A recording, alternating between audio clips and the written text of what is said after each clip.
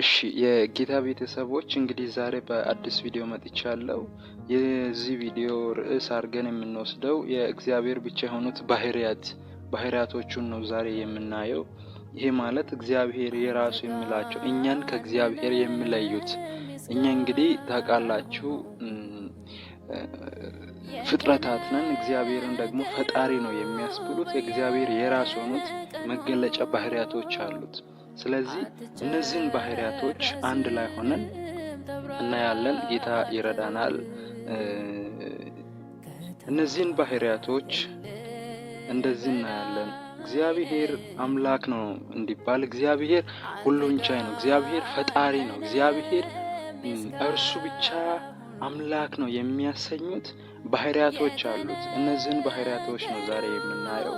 እንግዲህ የመጀመሪያው እግዚአብሔር አምላክ ነው፣ እግዚአብሔር እርሱ ብቻ ጌታ ነው፣ እግዚአብሔር እርሱ ብቻ ፈጣሪ ነው እንዲያስብሉ የሚያደርጉት ባህሪያቶች ውስጥ የመጀመሪያው ሁሉን መቻል ነው።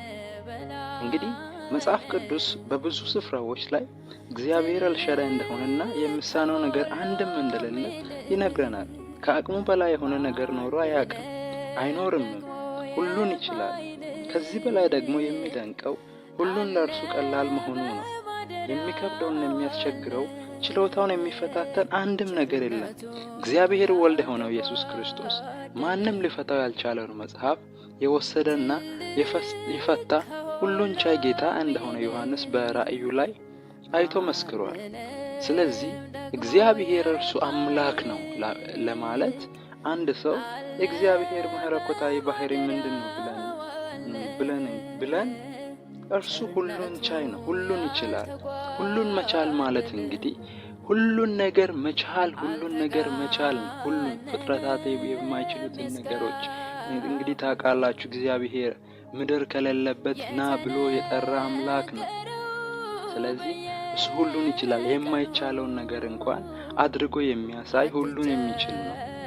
እንግዲህ ሁለተኛው ሁሉን ማወቅ ነው። እግዚአብሔር ሁሉን ያውቃል። እኛ እንግዲህ ሁሉንም አንችልም፣ ሁሉን ነገርም አናውቅም። ምክንያቱም እኛ ውስን ነን።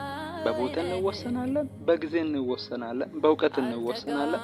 በሁሉ ነገሮች ውስን ነን። እግዚአብሔር ነው ከሚያሰኙት መለኮታዊ ባህሪያቶች ውስጥ ሁለተኛው ሁሉን ማወቅ ነው። የሰዎች እውቀት ውስንና በጥቂት ነገሮች ብቻ ላይ ያተኮረ ነው። ለምሳሌ ስለ ኮምፒውተር የተማረና በእውቀት የመጠቀ ሰው ስለ ሕክምና ሲጠየቅ የሚያውቀው ነገር ላይኖር ይችላል። እግዚአብሔር ግን ሁለንተናዊ ጥልቅ በሆነ መንገድ ጥቃቅንና ረቂቅ የሆኑትንም ጨምሮ ሁሉን አብጠርጥሮ ያውቃል። ነገር ሁሉ በእርሱ ፊት የተገለጠና የተራቆተ ስለሆነ በእርሱ ሊሰወር የሚችል አንድም ነገር የለም። እርሱ ሁሉን ያውቃል ሲባል ደግሞ የዛሬን ብቻ ሳይሆን ነገ የሚሆነው ምድር ምን እንደምትሆን የእኛን ዘለዓለም እኛ ምን እንደምንሆን እኔ አሁን ከዚህ ከ5 ደቂቃ በኋላ የሚሆነውን ነገር ማወቅ አልችልም። እግዚአብሔር ግን በዚህ በመለኮታዊ ባህሪው አማካኝነት ሁሉን ነገር ማወቅ ይችላል። ሁሉንም ነገር ያውቃል። ስለዚህ ሁለተኛው የእግዚአብሔር መለኮታዊ ባህሪ ሁሉን ማወቅ ነው። ሶስተኛውን ካየን ደግሞ በሁሉ ቦታ መገኘት ነው። ቅድም እንግዲህ ለማንሳት እንደሞከርኩት እኛ በቦታ ውስን ነን፣ ፍጥረት ነን። እኛ ፍጥረት ነን። በሁሉ ቦታ መገኘት አንችልም። ብዙ ሰዎች መላእክት በሁሉም ቦታ የሚገኙ ይመስላቸዋል። ሆኖም ግን የመላእክት መንፈስ ውስጥ ስለሆነ በአንድ ጊዜ ከአንድ ቦታ በላይ መገኘት እንደማይችሉ መጽሐፍ ቅዱስ ይነግረናል። ዳንኤል ለ20 ቀናት የሚጸልይበት ወቅት መልአኩ ገብርኤል ከእግዚአብሔር ዘንድ የጸሎቱን መልስ ይዞ በመጀመሪያ ቀን ብነሳም የፋሬስ መንግስት ስለተዋጋው እንደዘገየ ተነግሯል። በሁሉ ቦታ ቢገኝ ኖሮ የፋሬስ መንግስት ውጊያ መላእክቱን ከማድረሱ ባልዘገየም ነበር። ይህ የቦታ ውስንነትን በቅዱሳን መላእክት ብቻ ሳይሆን ሰይጣንና ጭፍሮቹን የሰውንም ልጆች ፍጥረታት ሁሉ የሚያጠቃልል ሲሆን እግዚአብሔር ብቻ ግን በአንድ ጊዜ በሁሉም ስፍራ መገኘት ከሁሉም በላይ ያደርገዋል። እንግዲህ እግዚአብሔር በሁሉ ቦታ ይገኛል። እኔ አሁን እዚህ ቦታ የጸለይኩን አንዱ ወንድሜ አሜሪካ ቢጸልይ እግዚአብሔር ሁለታችንንም ይሰማናል። ምክንያቱም የእግዚአብሔር መለኮታዊ ባህሪ ውስጥ ዋነኛ የሆነው በሁሉ ቦታ መገኘት ነው። ኢየሱስ ዮሐንስ 4 ላይ ሲናገር እግዚአብሔር መንፈስ ነው፣ በእውነትና በመንፈስ ይመለካል ይላል። ስለዚህ ማንም ሰው የትም ሆኖ በየትም ቦታ ቢጸልይ እግዚአብሔር ይሰማዋል። እግዚአብሔር ዳሩ የትም አለ፣ መሃሉ ግን የትም ነው። ዳሩ መሃሉም የትም ነው፣ መጨረሻ የለው። መሃሉ የትም ቦታ አለ። ስለዚህ እግዚአብሔር በሁሉ ቦታ ይገኛል። አራተኛው ካየን ከዘላለም እስከ ለዘላለም መኖር ነው። እንግዲህ እግዚአብሔር ዮሐንስ በወንጌሉ ላይ እንዳሰፈረው በመጀመሪያ ቃል ነበረ ይላል። በመጀመሪያ በዘላለም ውስጥ ቃል ነበረ ይላል። በመጀመሪያ ይሄ መጀመሪያ ጊዜ የለውም። እግዚአብሔር በመጀመሪያ የነበረ አምላክ ነው። በሰማይና በምድር ስላሉት ፍጥረታት ሁሉ ስናስብ ሁሉም የተፈጠሩና ጅማሬ ያላቸው ናቸው። የእግዚአብሔር ግን እርሱ ራሱ መጀመሪያ ነው እንጂ ጅማሬ የለው። ማንም ሳይኖር ነበረ። አልፋና ኦሜጋ እርሱ ብቻ ነው። እርሱ አልፋ ነው፣ እርሱም ኦሜጋ ነው፣ የፊተኛ የኋለኛ።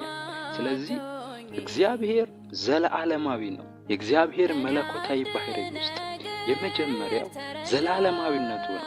እኛን ከእርሱ የሚለየን እኔ እድሜ ቢቆጠር ትንሽ ነው፣ ጥቂት ጊዜ ነው የቆየሁት።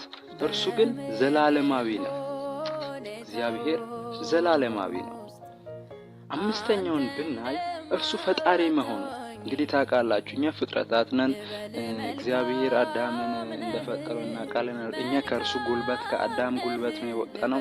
እግዚአብሔር በሰማይንና ምድርን እንደፈጠረ ሁሉን ነገሮች እንደፈጠረ እናውቃለን። ስለዚህ እግዚአብሔር የመለኮታዊ ባህሪው ምንድነው ብንል እርሱ ሁሉን መፍጠር መቻሉን፣ ሁሉ ፈጣሪ መሆኑ ነው። እግዚአብሔር ማንም ሳይኖር መኖሩ ብቻ ሳይሆን ለሁሉም ፍጥረታት መገኘት ምክንያት ጭምር ነው። የሌለን ነገር እንዳለ አድርጎ የሚጠራን እርሱ ካልፈጠረው በቀር አንድም ነገር ካለ መኖር ወደ መኖር መጥቶ አያውቅም፣ አይመጣምም፣ ሊመጣም አይችልም። ሁሉ በእርሱ ተፈጥሯልና፣ ሁሉ በኢየሱስ፣ ሁሉ በእግዚአብሔር ተፈጥሯል። እንግዲህ የሥላሴን አካል በቪዲዮ ሰርቻለሁ አለ ውስጥ በመለኮታዊ የሥላሴ ሶስቱም አካላት ሆነው አንድ ናቸው፣ ግን በአካል ክፍፍል 3 ናቸው። እነዚህ ሁሉን ፈጥረዋል። የነዚህ ባህሪያቶች የአብ የወልድ መንፈስ ቅዱስ ባህሪያቶችን እያየን ነው። ከባህሪያቶቻቸው ውስጥ መፍጠር መቻላቸው ነው። 6ኛ ያለምንም ድጋፍ መቆም፣ ያለምንም ድጋፍ መኖር። ይህ የእግዚአብሔር መለኮታዊ ባህሪ ነው። ሰዎችና ሕያዋን ፍጥረታት ሁሉ ለመኖር በአየር፣ በውሃ፣ በምግብ በመሳሰሉ ነገሮች ላይ ጥገኛ ይሆናሉ። ጥገኛ ነን። ይሄ ግልጽ ነው። ሁሉም ነገር ተሰጥቶን ከነዚህ መሃል አንዱን ብቻ ብንፈልግ መኖር አንችልም። ለምሳሌ ውሃም ምግብም እያስፈለገኝ አየርም እያስፈለገኝ አየርን አልፈልግም ብዬ ምግብንና ውሃን ብቻ ብፈልግ መኖር አልችልም፣ ሞታለሁ። ስለዚህ ምግብ እያስፈለገኝ ውሃን ብቻ ባገኝ ውስን ነኝ፣ ድጋፍ ያስፈልገኛል። እግዚአብሔር ግን ለመኖር የሚያስፈልገው አንዳች ነገር የለም፣ ድጋፍ ያስፈልገው። ምንም ነገር ሳይኖር ነበረ። እርሱ በራሱ ያለ ማንም ድጋፍ መኖር የሚችል ነው። ስለዚህ እግዚአብሔር ያለ ድጋፍ የቆመ ነው። ማንም ሊደግፈው ዘንድ አይችልም። እርሱ ነው እንጂ ለፍጥረታት ድጋፍ የሆነው፣ ለእርሱ ድጋፍ አያስፈልገው። ስለዚህ 6ኛው የእግዚአብሔር መለኮታዊ ባህሪው እኛን ከእርሱ የሚለየን እርሱ ያለ ማንም ድጋፍ መኖሩ ነው። እኛ ድጋፍ ያስፈልገናል። እና 7ኛ ብናይ ቅዱስና ጻድቅ መሆኑ ነው። እርሱ ቅዱስ ነው፣ እርሱ ጻድቅ ነው። እኛ እንግዲህ ታውቃላችሁ አዳም ሔዋን በእባቡ ከተሳሳተች በኋላ ወደ ዓለም ሁሉ ኃጢአት ገባ። ከዚያን ጊዜ ጀምሮ የአዳም በመጣው ኃጢአት ዘር ተጠቅተን በዛ ኃጢአት ዘሩ በውስጣችን ስላለ እንወርቃለን፣ እንዝላለን። እግዚአብሔር አዳምን ከገነት የማባረሩ የመጀመሪያው ምስጢር እሱ ጻድቅ ስለሆነ ኃጢአትን መታገስ አይችልም። ስለዚህ አዳምን ከገነት አባረረ። እርሱ ጻድቅ መሆኑ ነው። በሰዎች መካከል ብቻ ሳይሆን በመላእክትም መካከል እንኳን ኃጢአት ተገኝቷል። ይኸው መጽሐፍ ውስጥ ስታነቡ መላእክት ራሱ በፊቱ ሲቆሙ ስንፍና ይከሳቸዋል ይላል። እግዚአብሔር ብቻ እስከዛሬ ተሳስቶ አያውቅም። ሁል ጊዜ ንጹሕና ፍጹም የሆነ በማንነቱ ብቻ ሳይሆን በስራውም እንከን የሌለበት አምላክ እግዚአብሔር ብቻ ነው።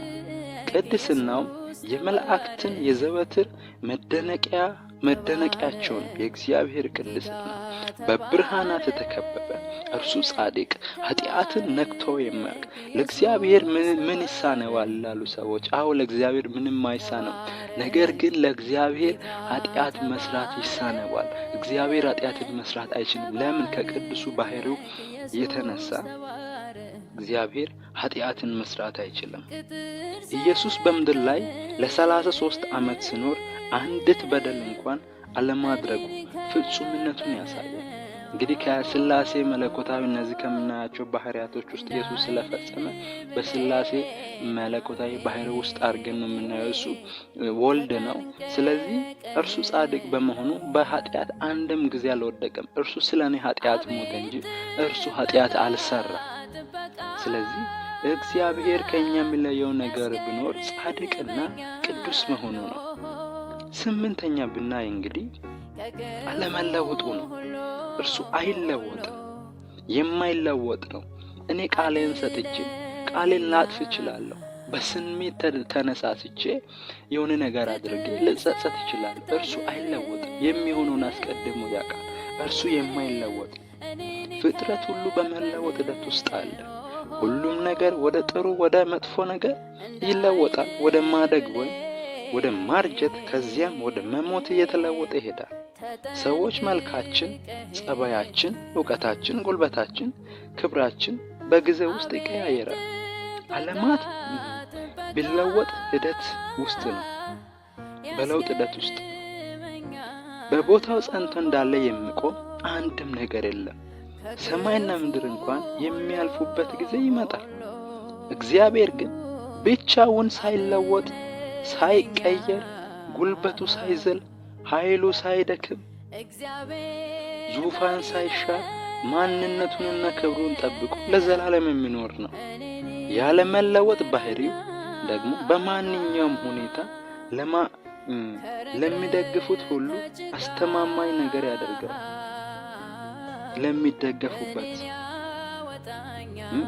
ሚልክያስ 3:6 ላይ እንደዚህ ይላል እግዚአብሔር፣ እኔ እግዚአብሔር አልለወጥም፣ እናንተ የያዕቆብ ልጆች ሆይ ስለዚህ የጠፋችሁ አይምሰላችሁ፣ አትጠፉም። ለምን? እኔ አልለወጥም፣ በጊዜ አልገደብም፣ እኔ ፍጹም ነኝ፣ እኔ ዘላለማዊ ነኝ፣ ሁሉን ቻይ ነኝ፣ ሁሉን አዋቂ ነኝ፣ በሁሉ ቦታ እገኛለሁ፣ ከዘለዓለም እስከ ለዘለዓለም እኖራለሁ፣ ፈጣሪ ነኝ፣ ያለ ማንም ድጋፍ መቆም እችላለሁ፣ ጻድቅ ነኝ፣ አልለወጥም እያላችሁ እግዚአብሔር የማይለወጥ አምላክ ነው። ለኛ ያለን የማይለወጥ አምላክ ነው። እግዚአብሔር አይለወጥም። በክርስቶስ መርጦን አይጸጸትም። እርሱ ጻድቅ ነው። ስለዚህ ዛሬ ያየነው የእግዚአብሔር የራሱ የሆኑ ባህሪያቶች እንግዲህ ከዚህም በላይ አሉ። እርሱን እንነቱን የሚያሳዩ እና ከዚህም ነገር ጋር አያይዘን ኢየሱስ ክርስቶስ ራስነቱን የገለጠባቸውን ቦታዎች ብናይ መልካም ነው። እንግዲህ ኢየሱስ በዮሐንስ 4:26 ላይ የምነግርሽ እኔ እርሱ ነኝ፣ ማለትም እኔ ክርስቶስ ነኝ፣ እኔ የእግዚአብሔር ልጅ ነኝ ብሎ እርሱ አምላክነቱን ገልጧል። ኢየሱስ አምላክነቱን የገለጠባቸው እነዚህን መለኮታዊ ባህሪያቶች መፈጸም እንደሚችል እንዲሁም ዮሐንስ 6:26 ላይ እኔ ነኝ አትፍሩ፣ እንነቱን የገለጠባቸው ቦታዎች ዮሐንስ 6:35 የሕይወት እንጀራ እኔ ነኝ፣ የሕይወትን እንጀራ የሚሰጥ ከአብ የመጣው እያለ እየተናገረ ነው። ዮሐንስ 8:23 ላይ እኔ ከላይ ነኝ እያላቸው ነው፣ ከላይ እንደሆነ። ዮሐንስ 16:7 ላይ እኔ የበጎች በር ነኝ። ዮሐንስ 10:11 ላይ መልካም እረኛ እኔ ነኝ። ዮሐንስ 10:36 ላይ የእግዚአብሔር ልጅ ነኝ። ዮሐንስ 11:25 ላይ ትንሣኤና ሕይወት እኔ ነኝ። ዮሐንስ 14:6 ላይ እውነተኛ የወይን ግንድ እኔ ነኝ። ስለዚህ ዮሐንስ 15:1 ላይ እውነተኛ የወይን ግንድ እኔ ነኝ እያለ ተናግሯል። ዮሐንስ 8 ላይ እኔ ብርሃን ነኝ። ስለዚህ ኢየሱስ ክርስቶስ እንነቶቹን የገለጠባቸው ቦታዎች ናቸው። እንግዲህ አሁን ያየናቸው የእግዚአብሔር መለኮታዊ ባህሪያት የእርሱ ብቻ የሆኑትን የገዛ ገንዘቡ የሆኑትን እነዚህን አይተናል። እግዚአብሔር ጸጋውን ያብዛላችሁ። በአዲስ ቪዲዮ እመጣለሁ።